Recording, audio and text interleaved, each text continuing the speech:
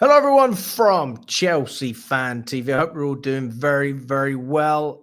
Big up to everyone. I'm still in Greece, so that's why I've got a different background. But lots of news to go through. A couple of interesting ones, and then obviously we've got same old with regards to Maignan from AC Milan. We've also got Jamie Gittens as well. Those deals have been going on for a couple of days now. A little bit of progression. So we're going to go through everything to do with that, as well as the signing of Mamadou Sarr, officially confirmed as a Chelsea player.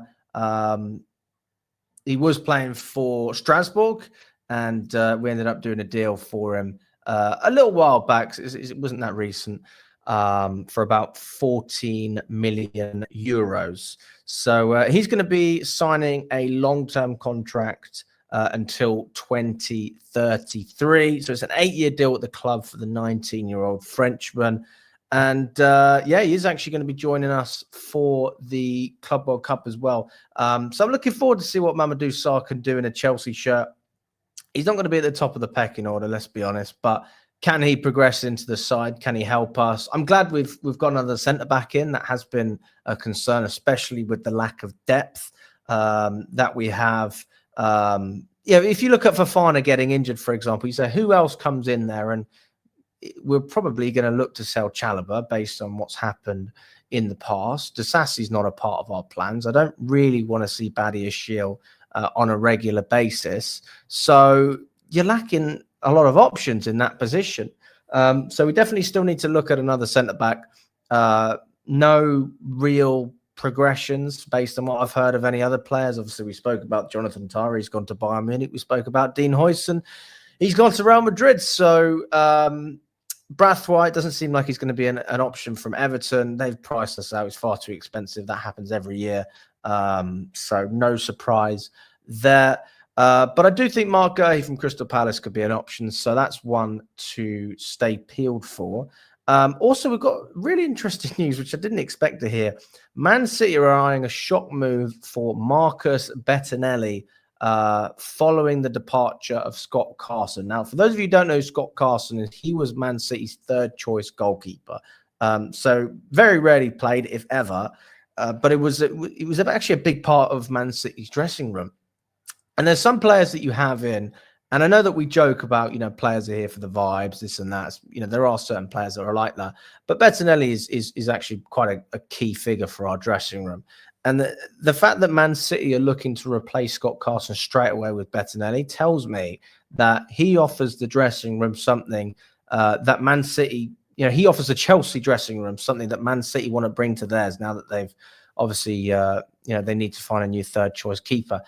Is there any benefit to Chelsea letting Bettinelli go to Man City, whether that's for a small fee or whatever it is? Like, the guy's not going to go for much money. He hasn't played a Premier League game for us since he's been a part of the squad. He played a couple of Premier League 2 matches for the under-21s, and I think he played 1 match in the FA Cup in like 4 years ago or something like that. So Bettinelli's not ever been a player that's played regularly. I think he was probably fully aware of that when he signed for Chelsea. For those of you who don't remember Rob Green, when he was at Chelsea and Sarr was a manager, some keepers know what their role is when they come in, and it's not necessarily just on a footballing sense. It's about helping the environment, mentoring younger players, and just being there for the group. Because when you've got such a young squad, who are they going to look up to? And I'm not saying that every young player wants to be like Marcus Bettinelli. I'm not saying that, but it's good to have a bit of experience, an older head, just to talk to. And there's no positives with Chelsea letting him go.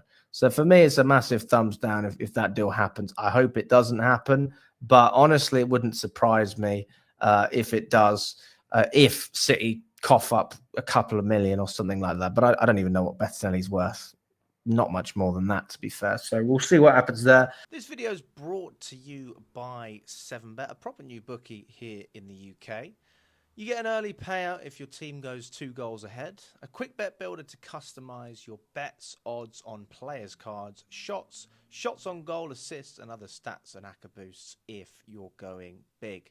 Easy to use, smooth to navigate. If you're having a go on Chelsea or any other football team, check out 7bet.co.uk. Link is in the description below. Scan the QR code.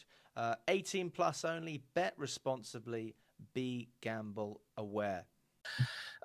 We've also we know that our initial offer for Jamie Gittens was rejected. It was £29.5 million. That's what Dortmund turned down. They want somewhere in the region of about £40 million. I don't think he's worth that. I honestly think that if we would have gotten Jamie Gittens for about 30, that would have been a fair offer. But again, it's all up to the sellers here. What do they value him at? I don't think Niko Kovac, the Dortmund manager, particularly likes him. His form has dropped.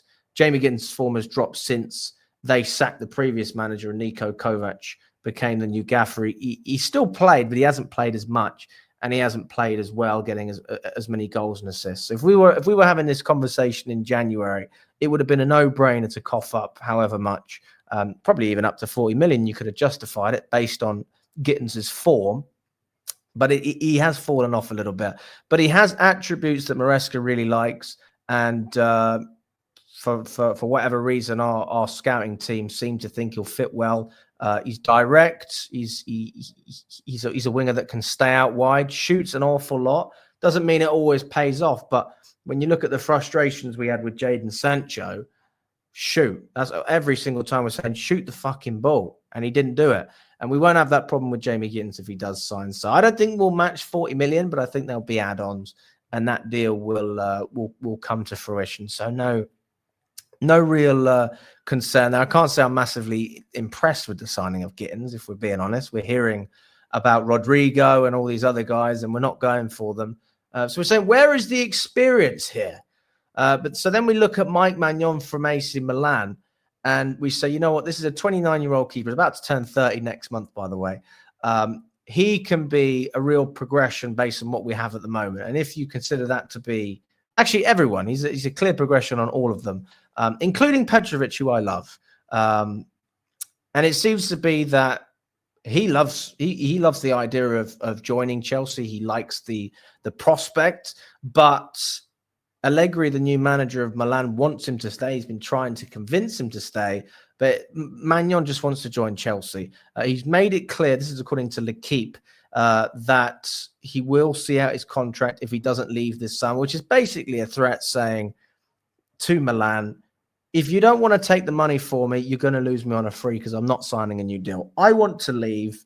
Let me leave. Help me leave. And I think there's always a price, and the price has been set about 25 million. Do I think that is a price that can be negotiated? Yes. The initial valuation, which was less than 10 million, I thought, not really sure if I agree with that. But that was based on the fact that he only had a year left on his contract as well. I think that we'll meet somewhere in the middle if this deal will happen. It will be around sort of 18 million, maybe with add-ons or something like that. Why would Milan want to let this guy go on a free when they can go out in the market, find a new keeper? They still made a small profit, hopefully, on Maignan because they paid about 16 million. So even if they make a couple million, it is a profit. Not ideal because they don't want to sell him. And, everybody's happy. The club have got paid. Chelsea have got a cheap deal. And Maignan has arrived onto a new challenge. I know a lot of people criticize one of his previous games for France, but he had a really good one in the last one. So I don't think you should ever judge a player on one game. If you are watching the internationals, look at what he's done over his career. Look at what he's done over the past couple of seasons. He is a top keeper. We can't deny that.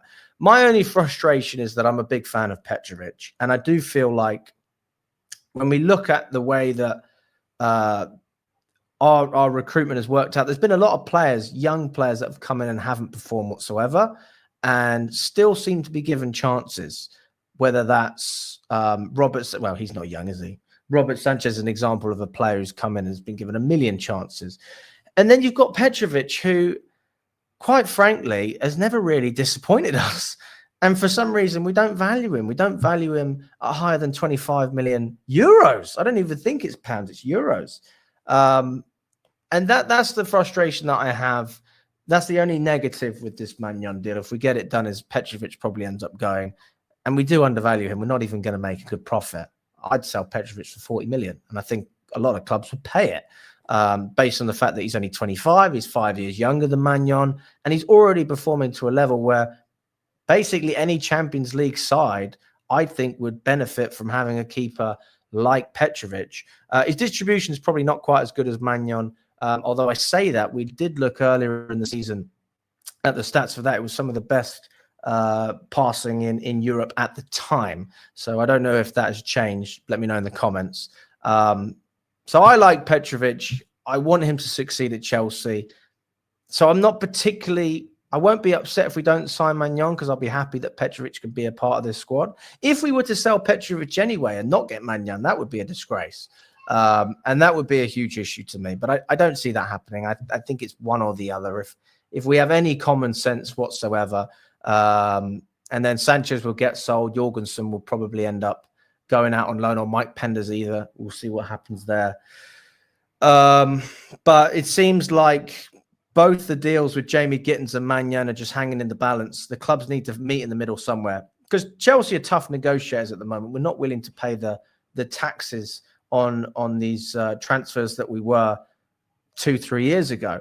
It's just not the same anymore. We're not willing to spend that kind of cash because we've already invested so much. So I can see us basically penny pinching until the end. But if Dortmund are happy to sell and they want the money, then I think they will accept a bid of about 35 million. And I think that's probably a fair offer. And as far as Milan goes, I don't see anyone else being linked with Maignan, and the player doesn't want to be there. So why would you advocate for a player to remain a part of your project if he doesn't want to be there? That to me is just a bit strange. You want players that want to be a part of your establishment, a part of your club.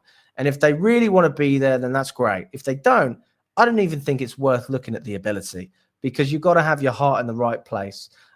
So we'll see what happens. I'm quite certain that this Gittens deal will probably get done. The Maignan one, I'm not really fully convinced. Although if the player's really pushing for a move and he says, I don't want to play for you, and kicks up a real fuss, then that could help. But we'll have to see where the updates come from that. But yeah, big up to everyone. Appreciate you watching. Subscribe to the channel if you haven't already, and let me know if you agree or disagree with anything we've spoken about today. All the best, guys, and we will catch up very, very soon.